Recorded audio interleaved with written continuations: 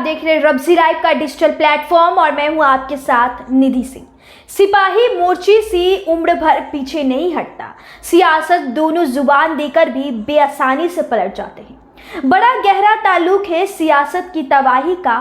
कोई भी अगर शहर जलता है तो दिल्ली मुस्कुराती है। जिस तरह से महाराष्ट्र में प्रत्यक्ष रूप से या अप्रत्यक्ष रूप से शरद पवार पीएम मोदी से मिल रहे हैं, उससे कहीं ना कहीं बीजेपी को फायदा नजर आता है।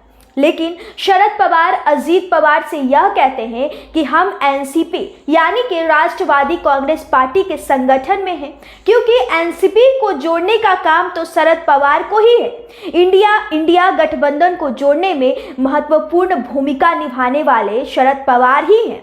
लेकिन प्रधानमंत्री मोदी के साथ मिलकर हाथ मिलाने तथा प्रधानमंत्री को लोकमान्य तिलक का पुरस्कार देने से यह तो साफ स्पष्ट हो जाता है कि शरद पवार का यह डबल गेम कहीं ना कहीं 2024 के लोकसभा चुनाव बीजेपी को फायदा मिलेगा।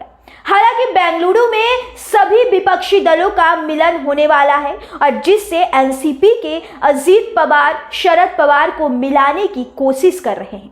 शरद पवार का कहना है कि हम अपने पहले वाले रुख पर कायम हूं और आगे भी ऐसे ही रुख पर कायम रहूंगा। प्रधानमंत्री मोदी और शरद पवार अगर 2024 के चुनाव में एक साथ लड़ते हैं तो पवार महाराष्ट्र में जनता के नेता हैं, उससे कहीं ना कहीं बीजेपी को फायदा होना तो तय ही है।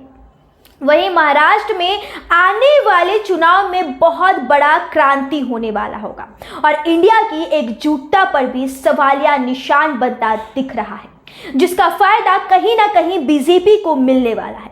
क्योंकि बीजेपी को ऐसा लग रहा है कि बंगाल, बिहार, उड़ीसा, झारखंड में 2024 के लोकसभा चुनाव में अगर उन्हें सीट कम मिलती है तो महाराष्ट्र में शरद पवार के साथ गठजोड़ से बीजेपी को सीटों में बढ़ोतरी होगी। इंडिया गठबंधन अभी ठीक से खड़ा भी नहीं हो पाया और जो वह टूटने के कगार पर आज आ जाएगा, जिसका फायदा अब बीजेपी को होगा।